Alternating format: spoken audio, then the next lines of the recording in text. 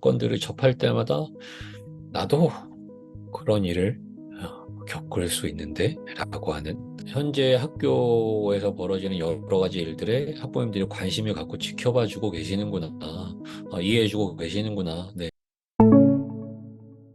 9월 4일 월요일, 교사들이 학교가 아닌 거리로 나섰습니다. 지난 7월 18일 스스로 생을 마감한 서울 서초구 초등학교 교사의 49제를 추모하고 추모 당일을 공교육 멈춤의 날로 정해 무너진 교권을 다시 세우자는 목소리를 내기 위해서입니다. 일부 학교는 추모 집회 당일을 재량 휴업일로 지정했고 일부 교사들은 연가와 병가 등을 활용해 추모의 뜻을 밝혔습니다. 그리고 그들의 뒤에서 연대의 목소리를 낸 사람들이 있습니다. 바로 학부모들입니다. 일부 학부모들은 교사들의 단체 행동을 지지하는 의미에서 추모 당일 체험학습 신청서를 제출했습니다. 9월 4일 공교육 멈춤의 날에 동참하는 의미에서 재량 휴업일이 결정되지 않아도 체험학습 신청서를 그냥 내어보자. 워킹맘인 이 학부모는 반차까지 썼습니다. 오후에는 제가 이제 반차를 써가지고 학교가 사라지는 날이라든지 선생님이 사라지는 학교라는 책이라든지 한번 읽어보는 것도 아이하고 좋을 것 같아서 체험학습을 신청하고 함께 추모제를 참가하는 학부모도 있습니다. 추모제에 이제 아이들하고 같이 참가하고 왜 이날이 공교육 멈춤의 날이 될 수밖에 없는지에 대해서 좀 이야기를 나누려고 합니다.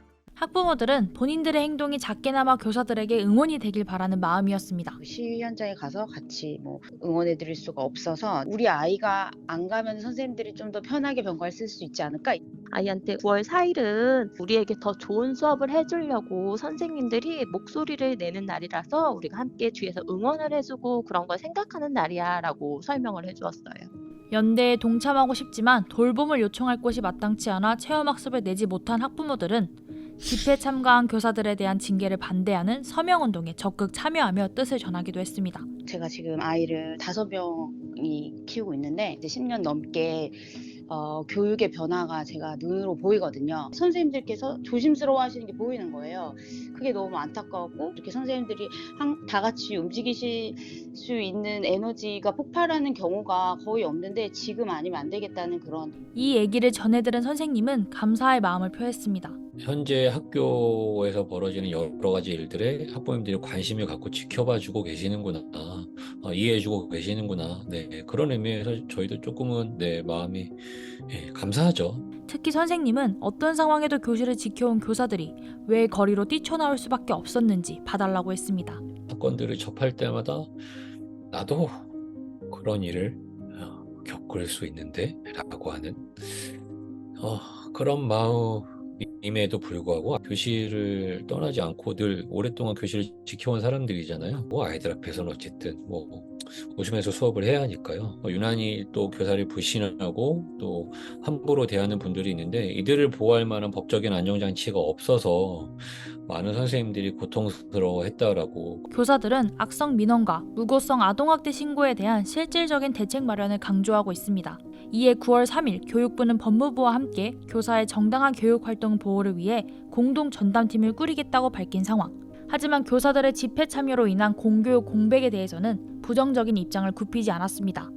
선생님 여러분, 우리 학생들에게는 선생님이 필요합니다.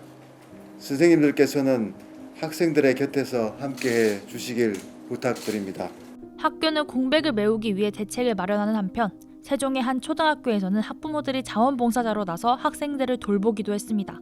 교육부의 압박 속에서도 거리로 나온 교사들. 서초구 초등학교 교사가 사망한 이후부터 7주간 주말 집회는 이어져 왔고 오늘 공교육 멈춤의 날로까지 이어졌습니다. 그럼에도 여전히 들리는 교사들의 안타까운 소식들. 지금의 교육부 장관이 나서서 교원단체와 함께 국가교육위원회와 함께 문제 해결을 장기적인 로드맵을 가지고 하겠다는 제안을 하는 것이, 저는 앞으로 우리 아이들이 학교 안에서 조금 더 모두 다 존중받을 수 있는 그런 교실 안에서 행복하게 수업을 받았으면 좋겠습니다. 모두가 행복한 학교는 학생은 물론 교사도 안전한 곳 아닐까요? 이번 영상을 만든 PD가 추천하는 영상도 보고 가세요. 스브스 뉴스의 다른 영상을 즐기시려면 구독 버튼을 꼭 눌러주세요.